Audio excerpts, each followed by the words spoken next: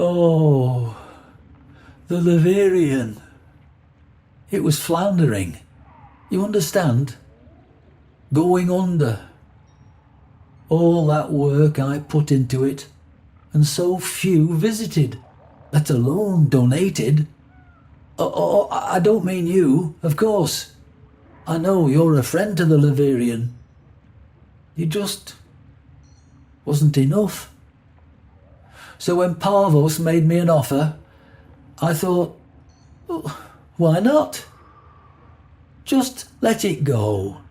Let it all go. I took the deal, Tenno. I shouldn't have, but I did. Oh, if only Dante was still around.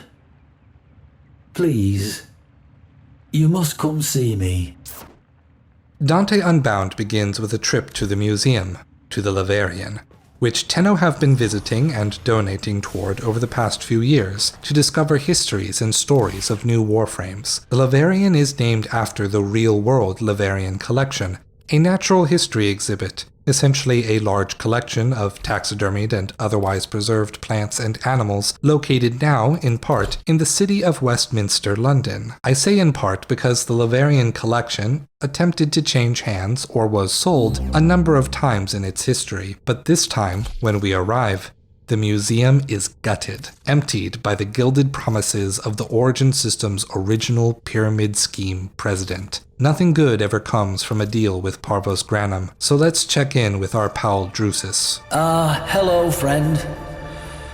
You find me now amidst the bones of all I am, of the thing that mattered most to me in my too long life.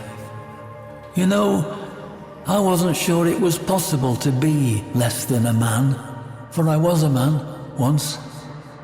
This room was to be a shrine to one of my dearest friends, but now that shall never come to pass. Look around, and I will recount what was meant to be. I've made such a terrible mistake, you see. In a universe at its own throat, where every living thing works daily to keep body and soul together, there's not much appetite for history, for stories. The Leverian may not be a real place, a place you can reach out and touch, but to reality it was anchored. And reality demands a tithe. It takes coin to keep this place rest, this shrine to memory. And a savvy businessman I was not. To be less than a man is to be a fool, and fool I was. Drusus was the curator of a museum, a digital simulacra of a museum at least, whose sole focus was to catalog the individual histories of the warframes. The Tenno have known him for some time. Every now and again, when a new exhibit would open up, he would ask for credit donations to keep the museum running. Seems, however, that running such a business purely on the charity of the Tenno, whose history he was preserving, was inadequate. As his museum is emptied of valuable data, Drusus wishes to reminisce on a personal history, his friendship with the warframe Dante. Did I never tell you of Dante? No, I suppose I didn't. I suppose I hadn't the fortitude. The entirety of the Leverian is shaped by the lack of him, though perhaps only in ways that I can see. Though, by definition, a weapon of war, Dante was, first and foremost, a student of history. And he was my friend. Truthfully, much of the Leverian would not exist were it not for that bold, two-fisted academician's devotion to both myself and the cause of better understanding our history and ourselves. It shames me to think of what he would have to say about what I have done to our shared endeavor. The name Dante is a reference to the 14th century poet-philosopher Dante Alighieri, whose most famous work is a poem titled Commedia, most often translated into English as The Divine Comedy. It is a poem written entirely in the terza rima poetic form, in which Dante, along with his 1st century BCE poet-historian friend Publius Virgilius Maro, aka Virgil, go sightseeing through Inferno, Hell, Purgatorio, Purgatory, and Paradiso, heaven, all the while conversing and philosophizing on the nature of the universe, the nature of man, the nature of God, and the role of ethics in one's life. It is the first section, the Inferno, that has commanded the most attention over the centuries. As a philosopher, Dante's works were characterized by their being left incomplete and unpublished. Convivio, the banquet, was to be his great work in 14 volumes, discussing the full range of his philosophical ideas. Instead, it was left at 4 volumes, ranging topics of ethics, ontology, and meta-philosophy, whereas Commedia was mainly allegorical. Convivio, despite being incomplete, is also his most direct and comprehensive writing on philosophy. Another incomplete work, De Vulgari Eloquentia, The Eloquence of Commoners, is a guide on poetic style, composition,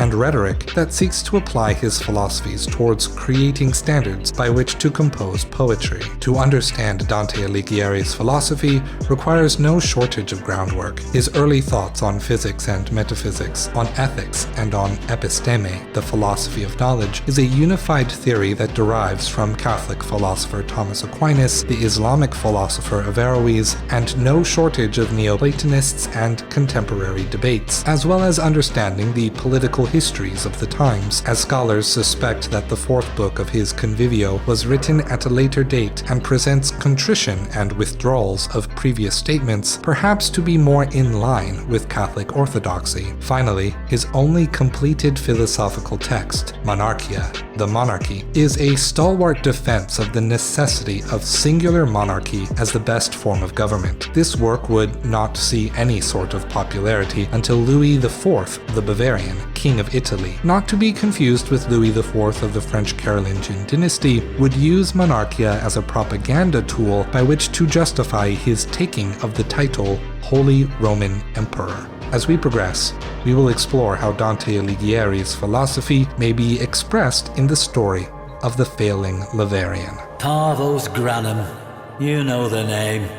He of the gilded hand and gilded tongue. For an age he has sought what Dante and I had gathered together, our collected treasures. For one such as Granum there is no such thing as enough. In an age with no appetite for memory, maintaining a shrine to our shared history seemed folly. And so, in a low moment, I signed it all away. In Canto 7 of the Commedia, Dante and Virgil arrive at the 4th ring of hell. It is home to the sinners guilty of greed, hoarding, and wasting, guarded by the Greek god of wealth, Plutus, portrayed here as a demon invoking Satan's name. The souls of the people here fill mine carts to spilling with useless rubble, stealing the rubble from each other and mindlessly trampling one another with their carts as they race to pick up more. Dante asks Virgil who these people were, to which he replies, in their first life that they were quite without all measure whether to expend or spare. Most clearly mayst thou tell this from their shout, when they the 2 points of the circle have won, where contraries of guilt divide the rout. Priests were they that no hairy cover have on their heads, and popes and cardinals in whom avarice hath its utmost mischief done. Drusus, having placed the Laverian library up for collateral for a loan from the corpus, has fallen into Parvos Granum's trap. His promises of wealth and prosperity only ever end in loss and indentured servitude. Parvos Granum's commandments treat the act of giving away wealth to those who are needy as the greatest offense to their worship of the void. Instead, he calls hoarding and creating indentured servants to be the equivalent of charity in their ultra-liberalist religion. When playing missions on corpus tile sets, players will often hear the operator say the line, So the corpus are just a cult worshipping money. To be corpus now means to be a clergyman to the almighty dollar. The people we meet in Dante's Inferno, here in the Ring of Greed, are notably made up of clergy of every rank who failed to part with their money when it was moral to do so. Virgil goes on to say, "The wisdom that transcendeth all, and made the heavens and gave them guides to rule them right, so that each splendor should the other aid with equal distribution of the light." As Dante Alighieri understood it, to fail at pursuing equity and equality of wealth was tantamount to committing the sin of greed. Parvos Granum, having created a solar system spanning pyramid scheme made of nothing but hierarchies of wealth, naturally situates the corpus as the most suited enemy for Dante Unbound. I do not know what possessed me in that moment. I have no need for money, or food, or shelter, or care. Perhaps I merely felt my time was done, that the past had served its use, and me along with it. Whatever the reason, I allowed myself an instant to feel my misery to be greater than my life's purpose. A momentary indulgence that may be paid by every future generation until the sun goes dark. Drusus chose to become a cephalon such that he would pursue the thing he found most valuable in life, even in death. Being functionally immortal, so long as the machinery that sustains him does not fail, a cephalon will follow his precepts without fail. But something in Drusus left a seed of doubt that became an error. When the Tenno failed to donate enough to maintain the server costs, if the Tenno and their warframes whose history and stories Drusus wished to preserve cared not enough to sustain the monument he created, then perhaps he was not the one worthy enough to keep it safe. Drusus thought to let go of the Laverian, and at that moment, Parvos, the snake, began to whisper in his ear. I would give much for my friend to have been here. Dante and I, we tempered each other's unique compulsions.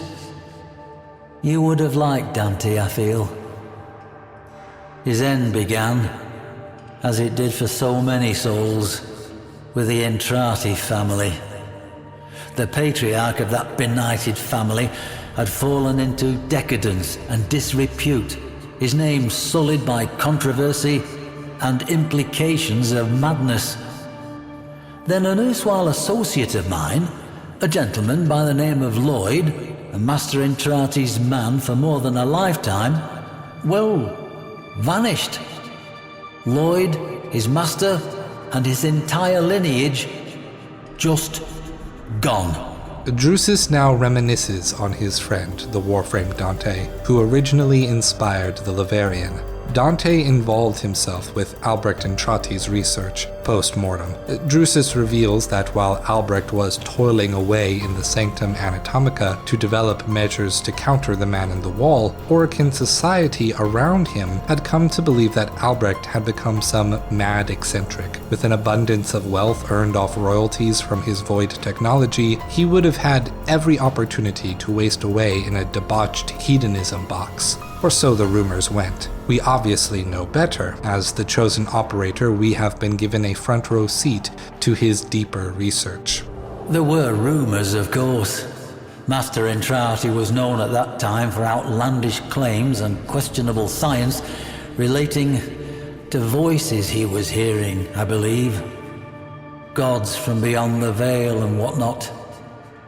After the disappearances, Dante, never one to let a good mystery go, insisted on infiltrating the Entrati manse and learning the truth for himself. I, however, being more familiar with the confidential details of Master Entrati's interests, urged him otherwise.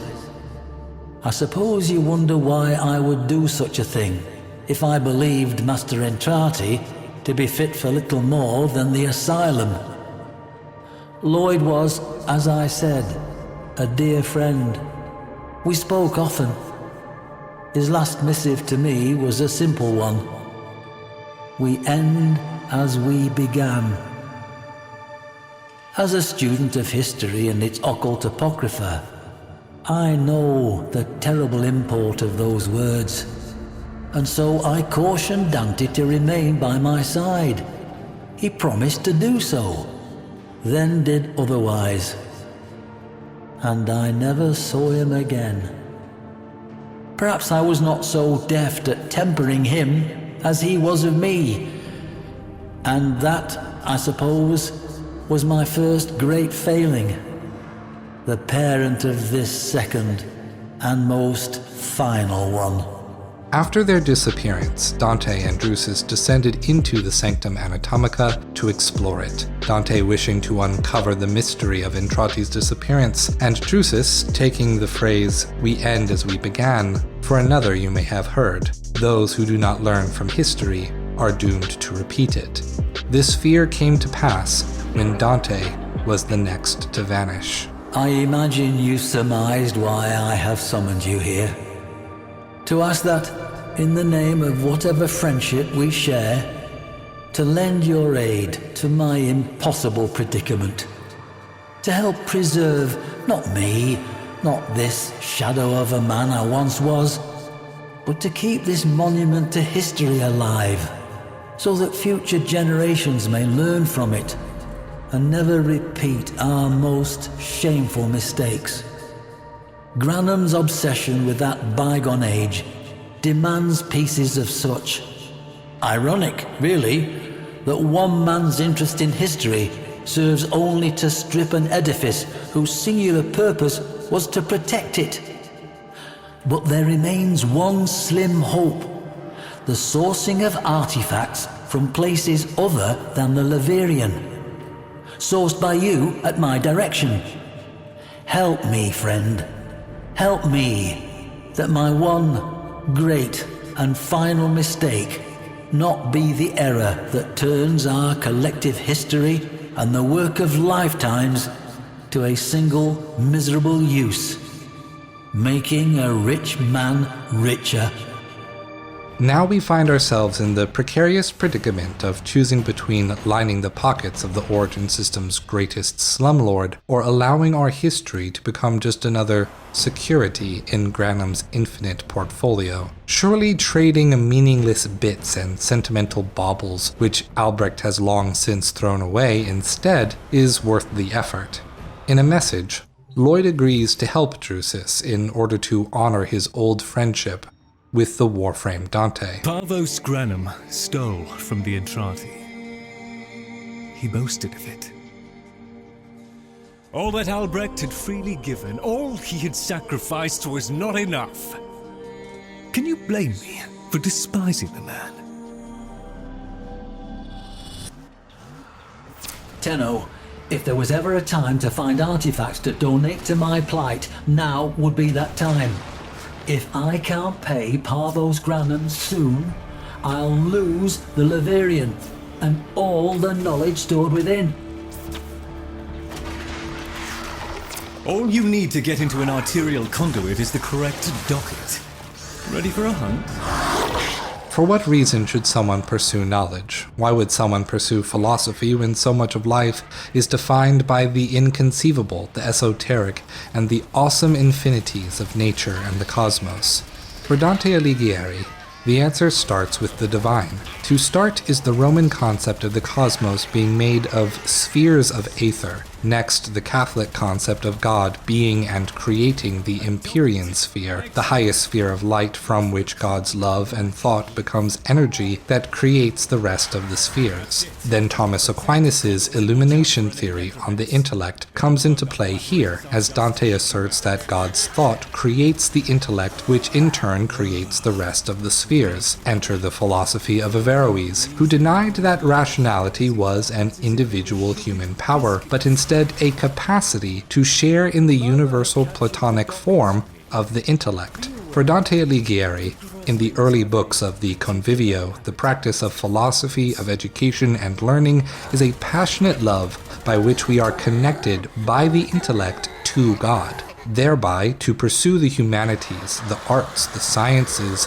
is to be improved in all dimensions by God. For Dante, Education is an esoteric mysticism, a magic by which we understand the world and improve ourselves. In this, the idea I found most interesting is his unique perspective on faith, because all things in the universe are moved by the intellect, by God's own rationality. To have faith is a kind of confidence. Confidence that, though our intellect may not be able to understand the cause of a mystery, a greater intellect surely exists that does understand. Faith is confidence that the universe operates rationally, and through education and philosophy, someday we may be given the capacity to understand it ourselves. For Parvos Granum, however, faith operates like a different kind of magic. He, like many a hustler preacher before him, believes that simply wanting the reality of wealth and success hard enough will cause the material factors of the world to change, to make it real. Granum wants to believe that he is different from his extremely wealthy nepotism successor Nephanio, but Nephanio gave the same reasoning when forcing debts on the people of Fortuna and currying investments from the corpus board. The belief in desire as magic is a fantasy, but it is a convenient fantasy that allows Granum to ignore his material advantages. He may ignore his control over a system spanning military, his ability to direct dealings with the Orokin before the fall of the Empire, his influence by which to shape his own backstory to present himself as a humble peasant. The classic playbook of every grifter throughout time, but effective enough to pull the sacrificial wool over the eyes of much of the Warframe fan community. Make no mistake, when we eventually pay off this debt and prevent Parvos from possessing the Laverian, it won't be him admitting that he lacked the necessary faith in desire. It will be because we were a disruption to his game. We're breaking the rules of scams and grifts better than him at this moment, by flooding him with useless trinkets. If you truly desired greatness for the Laverian, you would have made it happen, Crucis. But you haven't. Instead, you idle away the years, content with unfulfilled dreams and comfortable mediocrity. I desire greater things from the Laverian and her archives. It's wonderful to see you, Tenno. I cannot lie, Tenno. I have always felt nervous in the presence of Warframes. The Orokin twisted people into weapons, and I've seen firsthand the bloody and well-deserved consequences of that act. Dante, though. In his company, I felt no such anxiety. He was warm, earnest, literate, a fellow seeker. To know that he perished in these very halls while I slept is a bitterness to me. Granum made the mistake of robbing the same place twice. It's easy to trip up a man blinded by greed. What you have gathered may be of use. Mr. Granum, is this what you desire? You could furnish 100 Laverians. When will you have enough? When I find the artifact that speaks to me. We enlist Lloyd to help us manage the goods that we find, to ensure that nothing of true import goes to Parvos during this mission. Lloyd informs us that Parvos has a previous relationship with the Entrati family, a relationship that ended in Parvos revealing himself to be a wanton thief. It raises the question, what are the details of this relationship? When did this theft occur? Was it from the Entrati that Parvos stole that first lump of rubido? Or was it something more? By offhandedly raising a different perspective on Granum's history, Lloyd gives us an occasion to question the story we were told in the corpus tenets. Think of how abundant and disposable rubido is as a resource. Would the amount of rubido capable of lodging in the throat of a farmer really create enough capital to start a bank and give out loans? Perhaps the origins of the corpus as we know them Durham were founded on far more lies and thievery than just the version Parvos crafted to give himself clout. As he receives from us a mountain of junk, Parvos reveals that he isn't seeking just any artifact. There is a particular one he is searching for, one that speaks to him. Dante Alighieri, as a poet, was chiefly concerned about the use of vernacular Italian in poetry and philosophy, about its potential to influence people toward virtue, specifically tackled in Dante's treatise De Vulgari Eloquentia, in which he spends the first 3 chapters of the treatise using his rationalist and ethical arguments in the 4th book of the Convivio to prove that a virtuous use of commoner language can only come from a virtuous person. Aristotelian virtue ethics is kind of like trying to figure out what is and isn't moral, throwing your hands up in the air and saying, well, some people are more virtuous than others, so just copy what they do. Dante basically asserts himself as that virtuous person and goes on to critique 14 Italian dialects, including his own Tuscan dialect, for how terrible they are. Quite honestly, he goes full-on grammar police. But from this practice, he develops 3 criteria for how the use of a language may achieve the standards of knowledge and genius to become an illustrious vernacular. Those qualities are being cardinal, courtly, and curial. Cardinal meaning that the writer orients their words toward what is uniquely good about their dialect while avoiding what is lowly. Courtly meaning it can be understood by everyone who uses that vernacular, and curial, meaning guided by the rule of a singular monarch possessing the mandate of heaven but lacking a king to tell you what to think, a consensus amongst an authoritative body guided by rationality is almost just as good. The Warframe Dante's abilities make for a light reference to the aesthetics and standards of Dante Alighieri's philosophy of poetics. For one, Dante's prime discovery, the Noctua, is a book with radiant pages, literally illustrious writing on paper. Thomas Aquinas' illumination theory of knowledge given physical form in a metaphorical book. His abilities are also cardinal, in that the Dante player needs to carefully decide whether they focus on dealing damage or bolstering defenses by asking players to compose the light and dark aspects of a language to choose which ultimate ability to cast. They are courtly because Dante's light verse ability applies to the whole squad regardless of aiming. Moreover, the Word Warden ability embraces the spirit of writing in the common tongue by sharing a copy of Noctua with the whole squad. But my next question is this: are Dante's abilities curial? Relying on the authority of a king, or kowtowing to the consensus of the 7, well, that doesn't match the values of a faction that organized a system-wide coup d'etat against a fascist formulation of Plato's Republic, or, for that matter, to a cult of personality headed by a charismatic monarch and a board of directors. To understand this part of Dante's story, and Dante Alighieri's thoughts on monarchy, we may need to look further into the story of Dante Unbound and the Laverian's debt to the leader of the corpus. Should the player complete enough rounds of the disruption mission, they will inevitably hear Parvos express suspicion that Drusus Laverian's benefactor may be in possession of a warframe. Yes, I haven't seen something this beautiful since the days before the old war. My, was that an expression of sentimentality, Mr. Granham? Careful, you might develop an interest in something other than yourself. New conduit's active. Time to start. Goods received. But I must ask, you wouldn't hold back on me, would you? Your associate hasn't any warframes, have they? Mr. Granham, our deal was for Entrati artifacts. If I did find a warframe, I assure you it would not be for sale. And even if it was, you could never afford it. A player that isn't listening closely could think this is just a cheeky nod at ourselves, but let me posit this instead. The specific artifact that Parvos is looking for is none other than the Warframe Dante.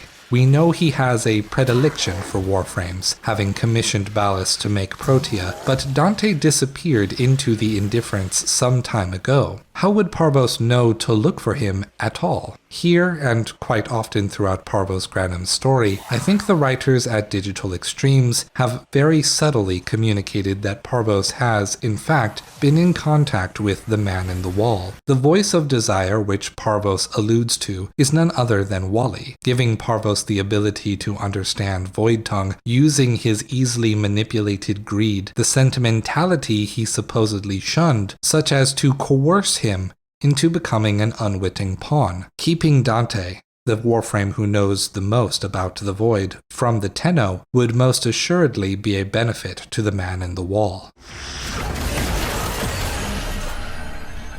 When I take ownership of your museum and all its contents, will you, Drusus Levarian, be included?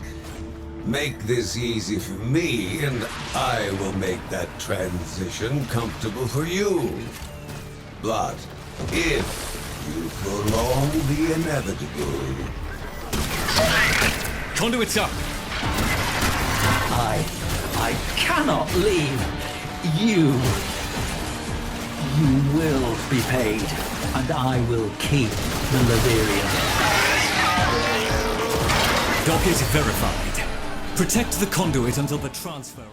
Dante Alighieri's last two works, the works that preserved his name through history, are Monarchia and the Divine Comedy, with one being a work of theological fiction, and the other a work of philosophy. It can be tempting to separate these notions with a modern lens. The way I see it, they should be taken as a pair, read in parallel to one another. Monarchia loosely falls into a category of work called Advice for Kings, or Advice for Princes, the most famous one today being Machiavelli's The Prince, written for the Medici ruling family. The major difference between Monarchia and The Prince being that, in their own times, people actually read Monarchia. After Alighieri's philosophy shifted in Convivio 4, it is notable that Monarchia also stays more closely in line with the orthodoxy by only expressing Convivio 4's perspective. Between the time he finished Convivio 1 through 3 and began Convivio 4, Alighieri's multicultural influences were very much absent from his work. While Alighieri's honest beliefs may also have changed, this seems to be an attempt to curry favor with the ruling class from any fallout resulting from his earlier work.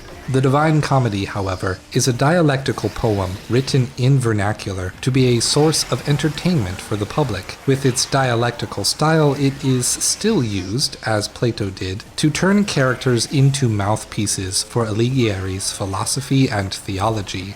It is advice for the vulgari, and by seeing the works in parallel, we can highlight Alighieri's beliefs about the relationship between religion and philosophy. One's fervor for philosophy is what creates progress in the sciences, in technology, in economics and politics. Devotion to religion is the hand that guides that impulse toward proper ends. By Dante Alighieri's written philosophy, this can only be achieved by a singular monarch when that monarch is also ordained to rule by God. And conveniently, whoever happens to be ruling Italy at the time of writing is also that religious exemplar right now. Funny how that always seems to work out. It's the kind of rhetoric one finds when freedom of speech isn't protected, and politicians get to decide which ideas, beliefs, or demographics, rather than actions, deserve to be censored or criminalized. Whereas philosophy's role in society is to stoke passions, pursue learning, and create progress, religion's role in the balance of society is to rein in desire, to control those passions before they commit evil and harm.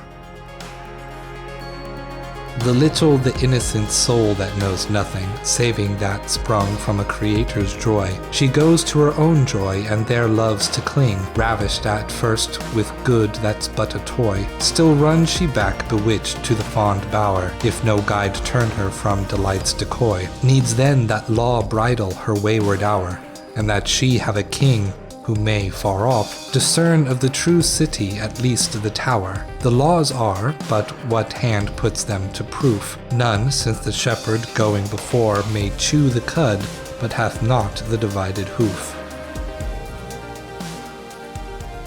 Thus it is fitting that Warframe puts Alighieri's philosophy juxtaposed against Parvos Granum while we help Drusus save Dante's museum, and will again when we explore the Jade Shadows update. Parvos Granum's cult of the corpus is a pyramid scheme. Parvos took the concept of the void and turned it into their god before anyone knew of the man in the wall.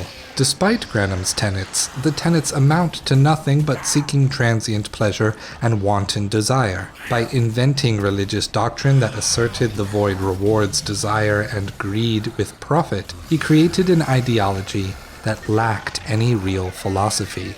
In the two major religious influences to Warframe's story, Christianity and Buddhism, desire is most often depicted negatively. Coveting things and people leads a person to commit sins against others. Desire keeps people ignorant of the world, such that it rationally leads to a person's own suffering. In Parvos Granum's commandments, morality is replaced by desire. Virtues, like charity, where one freely gives to someone in need, is replaced with what we would call either debt, hoarding, or employment. The result was a society where the systems of wealth funneled directly upward to Parvos himself, and where he is ordained by God to receive the tithe. Hell, he had enough wealth to commission a Warframe, Protea, from Balis, a privilege reserved for the Orokin. For all you fanboys praising how great Parvos is, how he actually helped some people.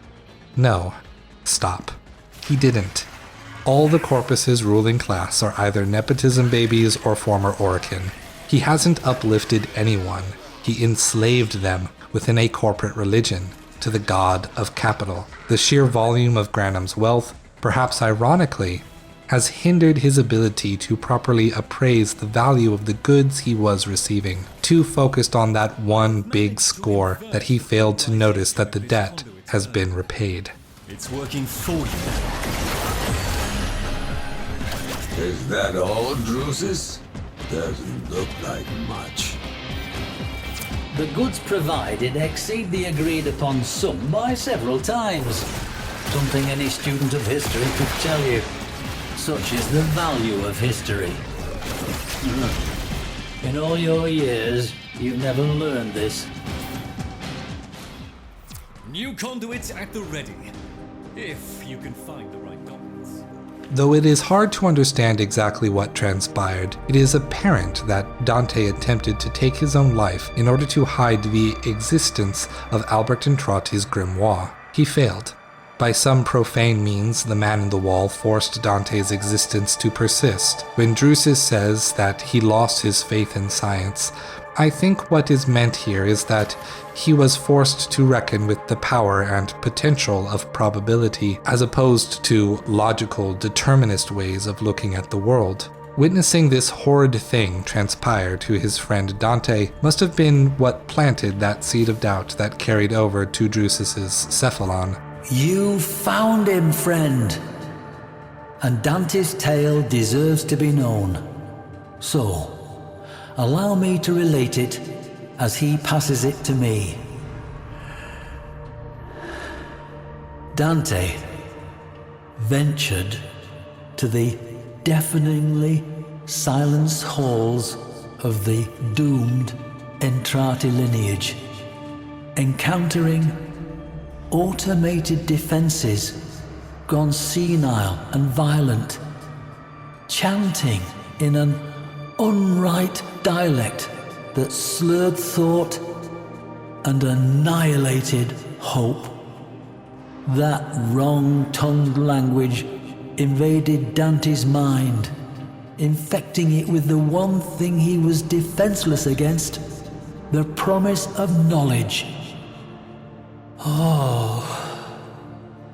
It may be said that a parasite is life from without the body, fighting to exist within the body, despite the body, even as it risks the body.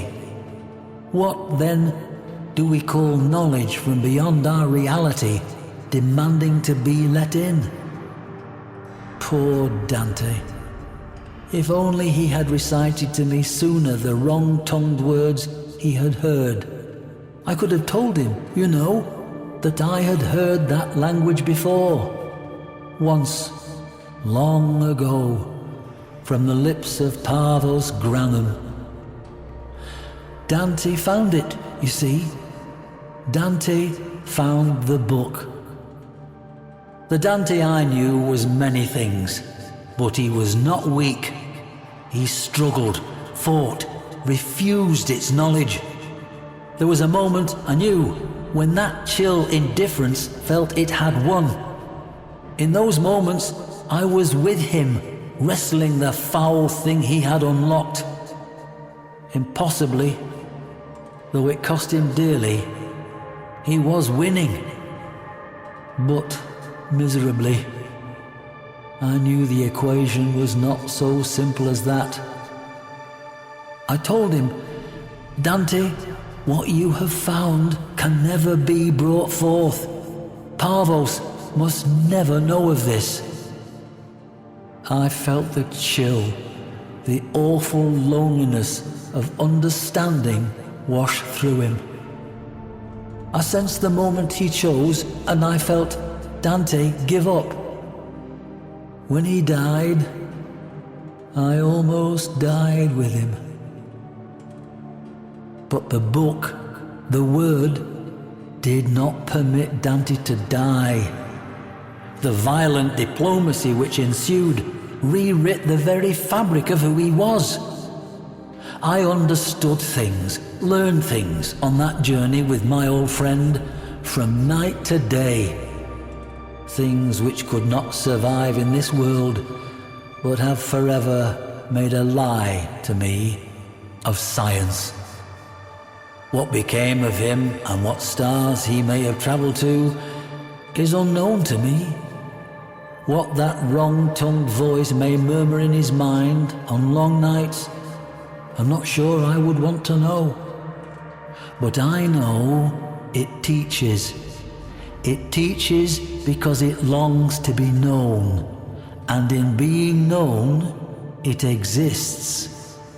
And in existing, it survives. As a historian, Drusus's mentality was entirely wrapped up in recording and maintaining what happened in fact, recording a causal chain of events leading to what we have now, never breaking away from what was and what necessarily must happen because of it, even if the process inevitably comes with gaps in one's own knowledge. But in the fiction of Warframe, where eternalism allows for probabilities to be written and rewritten in all past, present, and future, what happens to the historian's logic then? I'll tell you, it stays the course.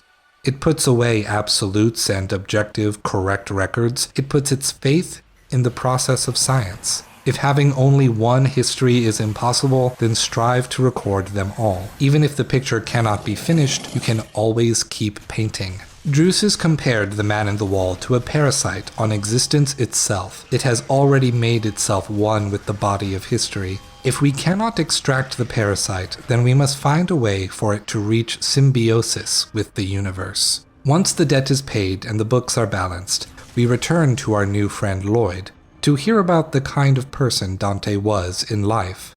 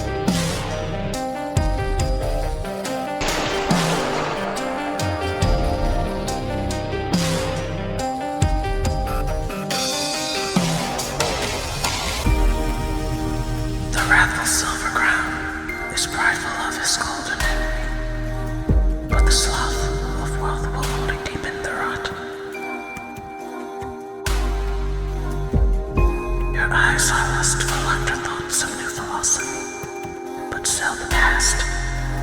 You'll be stuck in casting your lot.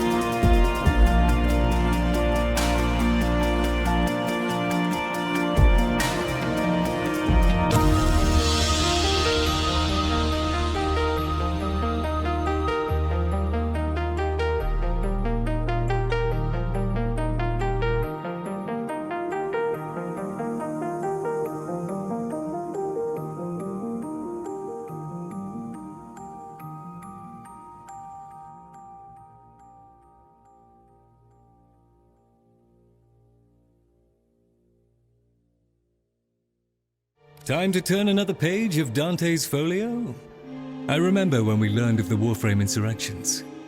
Their madness, savage and sudden, justifying all the Orokin fear. All their heroic deeds were forgotten in an instant. Those, like Dante, who had yet to succumb, became fugitives. To shelter them meant death, or glassing. Warframes cannot speak, as a rule. Their creator decided they should only scream or roar or howl. Dante spoke through his writing, and his voice was beautiful. Drusus never seems to distinguish between the deeds of the Warframes and of the Tenno who presumably operated them. He credits them all with autonomy and dignity. I imagine Dante is responsible for that. Dante's works on ancient Earth archaeology were some of the finest in their field. Many back then refused to accept a mere Warframe could have written them. Dante shared the Entrati fascination with bones. I was content to let him explore our old burial vaults and ossuaries, but his request to examine my own replicated skull was a step too far. Otherwise, his manners were impeccable. The Drusus I knew was a genius.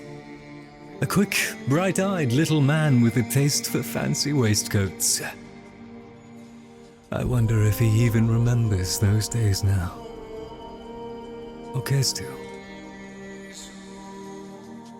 Lloyd explains how Warframes were, by design, made to be seen as mindless beasts in Orokin society. The Warframe lore community even thought this to be the case for quite some time, before certain codex entries, the Second Dream and the Sacrifice questline, revealed much more about the lore. A Warframe would never be respected for its achievements in combat. Ballas removed their mouths, but ensured they would retain the ability to scream in pain and anguish, to contribute to the illusion of mindlessness. Some Warframes played immensely respectable roles in Orokin society. Varuna guarded the ceremonies of continuity, as well as the Warframe Jade, whose story we will be visiting soon. But some Warframes, like Dante, didn't simply embrace their newly given roles. Daggith became a spirit of revenge. Kullervo became an architect of sabotage. Umbra retained his memories from before. And Dante became a respected scholar. The cruelty of Orokin society was such that despite most Warframes proving exceptions to the stereotype, Orokin would always see them as lesser, bestial, as tools. Despite this, some were friends to the Warframes. Drusus and Lloyd were two such people. Our adversary seeks to muddy our recollection of true history. We will need reliable chronicles more than ever. I discovered a forgotten work by Archimedean Otak on crystallography, deep in the archives. He was the first to anticipate the unique properties of argon. We owe him so much. At least, what remains of him is happy. Have you ever seen the oldest human art on the walls of the oldest caves, Tenno? It haunts me. Those images of weird, hybrid entities, antler-horned, beast-bodied, privy to an ill-understood magic. I wonder if Ballas truly understood what he was creating. The gods of writing were always gods of magic too. Demons and ideas, both bound up in books. Impossible to bind forever, mind you. No matter how many locks and chains you fasten a book up with, someone will always prise it back open. That's the frightening thing about ideas, you see. They want to get out. The Orokin found conventional books offensive, primitive. They clung to their precious ayatans and sneered at our grand libraries. Oh, how we love to offend the Orokin, Albrecht and I. And how secure our primitive libraries proved, while their towers burned. Old shapes of song that do not die shall haunt the halls of memory. Feeling sentimental, his head all full of museums, Lloyd also begins to pontificate on history itself, on what it means to preserve or protect an idea. Lloyd discusses how the preservation of art and ideas is often successfully achieved with the oldest of methods, from cave paintings to book bindings. He wonders at how even the newest ideas, like the creation of warframes, could be foreshadowed by the animal hybrids of ancient and forgotten religions. As with the Archons and Pazul, we Tenno have seen this idea taken to even further extremes. Amidst the musings, once again, Warframe revisits the ill-explained concept of magic. A now constant frustration of mine as I try to apply a philosophical lens to media and am made unhappy when something is only vaguely spiritual without identifying and paying respects to the cultures and histories that those religious ideas come from. The casual way in which Warframe's story refers to magic leads me to believe that it is drawing from the New Age religious movement. New Age religion is itself a cultural, historical phenomenon responding to the social rigidity of European and American culture during and after World War II, and the juxtaposition of seeing those norms promote the violence of the Korean War and the war in Vietnam. Most religious life prior to this modern trend was something people participated in through institutions, through specific denominations of churches, and through regional culture itself creating and adhering to a specific spiritual view of the world. Religion was just a part of culture in most places, as opposed to one of a set of ideas and beliefs to choose from. New Age religion, rather unlike religious institutions, was largely an individual, or perhaps better described as a relational, exploration of religious ideas. People arrived at their personal relationships with religious ideas through praxis, through floating between loose communities of people also exploring religion in the same way. Even if they do not identify as part of New Age religion, this individualistic exploration approach to religious ideas, that they are ideas like any other and can be evaluated and freely adopted or denied into your personal system of beliefs, has become quite commonplace. That is how I arrived at my own ill-defined theism, so I can't be too upset about it. New Age religious practice frustrates me because it defies taxonomy, but I can happily accept that as a part of the cultural history from which it developed. What I cannot happily accept is that as a part of that practice, religious culture, philosophy, and history has now mostly been misappropriated, falsified, packaged, and sold as commodities, that the businesses that monetize the heritage under the name of individual spirituality are happy to bleach their histories for profit. Walk into any general spirituality store and you will see porcelain angels and candles of the Virgin Mary being sold next to manuals on yoga for six-pack abs, the Tao of motorcycles, generic First Nations tribe dream catchers, rechargeable crystals, and how-to guides for worshipping the Egyptian sun disk with pictures. It is one thing to take religion as inspiration to improve your life or to create new art. It is another to say, Stop exploring those ideas because your tithe can purchase religious fulfillment at the local strip mall. So long as you stay out of the ever-expanding self-help section of Barnes & Noble, you will find far more history, culture, and ideas through which to explore your spirituality at the bookstore's history, religion, and philosophy sections than at any spirituality store. This time, when Warframe uses the word magic, Lloyd likens writing itself to be a kind of magic.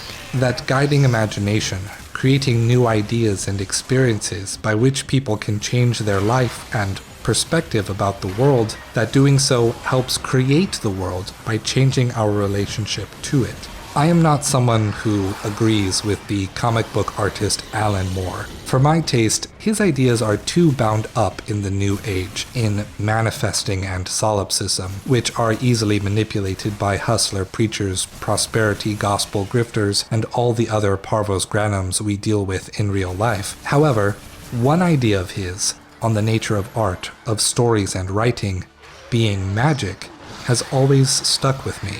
Magic in its earliest form is often referred to as the art. I believe this is completely literal. I believe that magic is art, and that art, whether it be writing, music, sculpture, or any other form, is literally magic. Art is, like magic, the science of manipulating symbols, words, or images to achieve changes in consciousness. The very language about magic seems to be talking as much about writing or art as it is about supernatural events. A grimoire, for example, the book of spells, is simply a fancy way of saying grammar. Indeed, to cast a spell is simply to spell, to manipulate words to change people's consciousness. And I believe that this is why an artist or writer is the closest thing in the contemporary world that you are likely to see to a shaman, Alan Moore.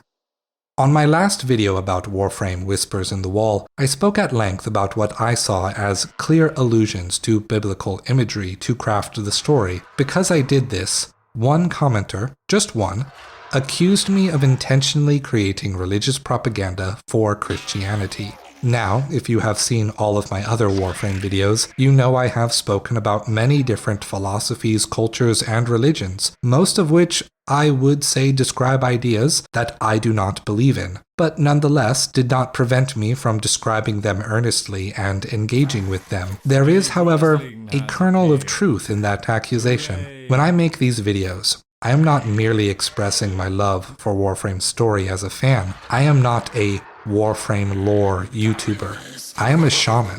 When I say that Warframe's story is drawing from one culture or another, when I say Warframe's story is conveying certain philosophy, I am not telling you to believe those ideas yourself, but I hope that I am incepting that stories should be engaged with in this way. Don't just settle for the first way you took a story. Look through the lens of culture. Look through the lens of history. Look through the lens of philosophies and of religions. Hell, even look through the lens of capitalism. Having only one history is impossible, so strive to record them all.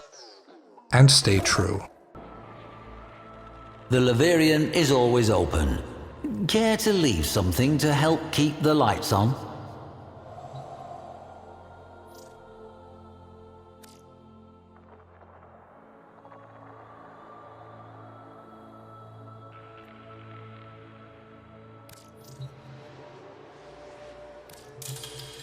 You must be insane. A pleasure to meet you.